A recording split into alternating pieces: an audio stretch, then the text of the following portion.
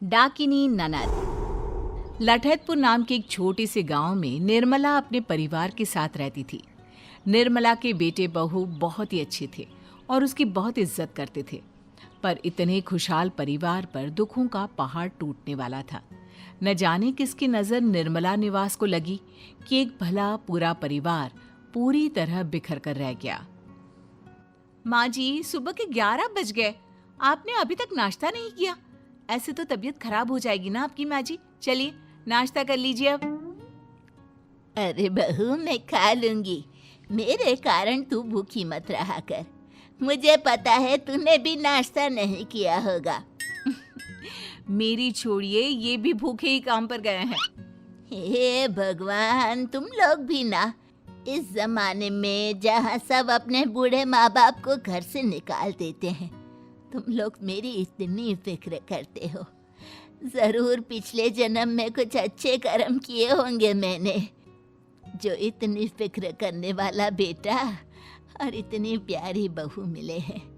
जा लेकर आ खाना, दोनों साथ खाएंगे।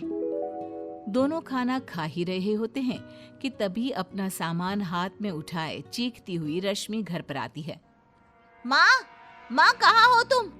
अपनी बेटी को भिखारियों के यहाँ दे दिया और खुद की बहू है जो देखो सिठानी बनी बैठी है। अरे दीदी, क्या हुआ? आप इतने गुस्से में क्यों हैं? आइए बैठिए, मैं आपके लिए पानी लाती हूँ।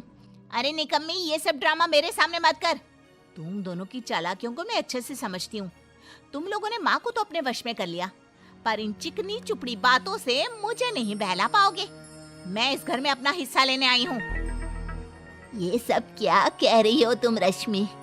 तुम्हारे बाबूजी के जाने के बाद तुम्हारे भाई ने अपनी जमीन गिरवी रखकर तुम्हारी शादी की।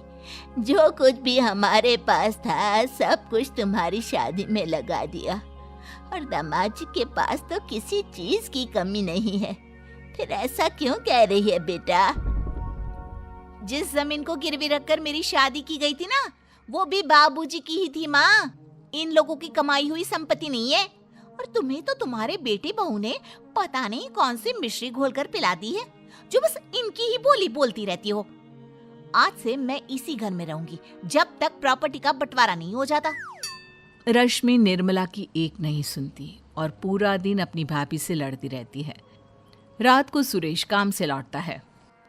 कोई तुम्हारे कान भरे उसके पहले मैं ही बता देती हूँ कि मैं यहाँ तुम लोगों से मिलने नहीं, प्रॉपर्टी में हिस्सा लेने आई हूँ। और जब तक बराबर का हिस्सा मुझे नहीं मिल जाता, मैं यहाँ से जाने वाली नहीं। अरे दीदी, तुम ये क्या कर रही हो?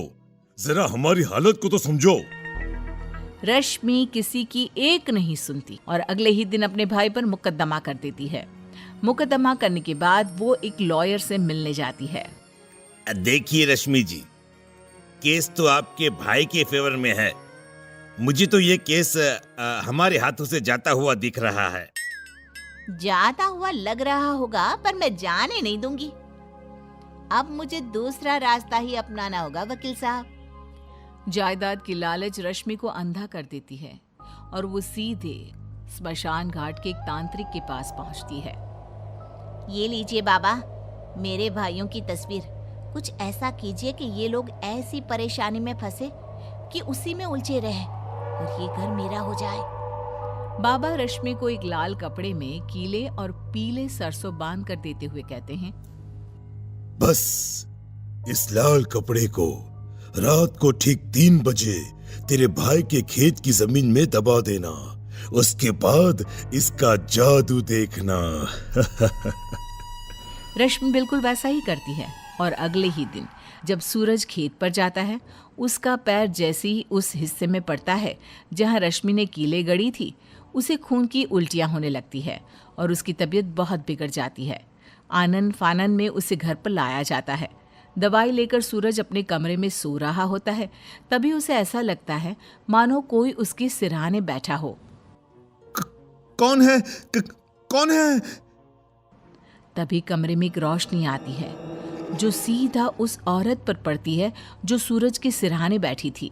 उसके खुले बाल उसके चेहरे पर इस तरह ढके हुए थे कि उसका चेहरा देख पाना मुश्किल लग रहा था। अपने बालों को हटाती हुई वो सूरज की ओर देखती है। तेरी बहन ने मुझे भेजा है तुझे साथ लाने को। चलना, चल। वो डायन सूरज की छाती पर बैठ जाती है और उसके शरीर से धीरे धीरे आत्मा खींचने लग जाती है। सूरज की हालत बद से बदतर होने लग जाती है। सूरज के सामने जब सब रो रहे होते हैं, रश्मि कहती है, अब सुहाग ही नहीं रहेगा तो किसके लिए हिस्सा रखोगी भाभी जी? हे भगवान, तुझे जानने के पहले मैं मर क्यों नहीं गई?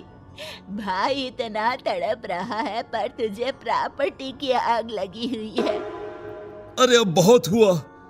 मेरे बाप समान भाई की ऐसी हालत देखकर भी तुझे दया नहीं आई। तुझे इस घर से एक कौड़ी भी नहीं मिलेगी। निकल जा यहां से, निकल। रश्मि सबके सामने घर से निकल जाती है और वापस बाबा के पास चली जाती है। बाबा, सुरेश तो मर गया पर प्रॉपर्टी का कुछ भी मेरे हाथ न लगा। कुछ कीजिए, कोई रहे ना रहे, अब तो सब कुछ मुझे मेरे नाम चाहिए बस। बाबा रश्मि को राख और एक शीशे की कटोरी देते हुए कहते हैं, ये लो, इस कटोरी को अपने घर की छत पर तोड़ देना और इस राख को अपने घर के चारों ओर बिखेर देना। फिर वो घर हमेशा के लिए तुम्हारा होगा। पर याद रखना, ये काला जादू जितना देता है उससे ज्यादा लेता भी है। क्या ले लेगा मेरा? मैं नहीं डरती किसी से। रश्मि रात के अंधेरे में कटोरी और राख लेकर निकलती है। वो घर पहुंचने वाली होती है कि रास्ते में एक पत्थर से टकराकर वो कटोरी उसके हाथ से टूट जाती है और हर तरफ राख गिर जाती है। तुमने मुझे बुलाया? ले मैं आ गई। ताजा ताजा मांस।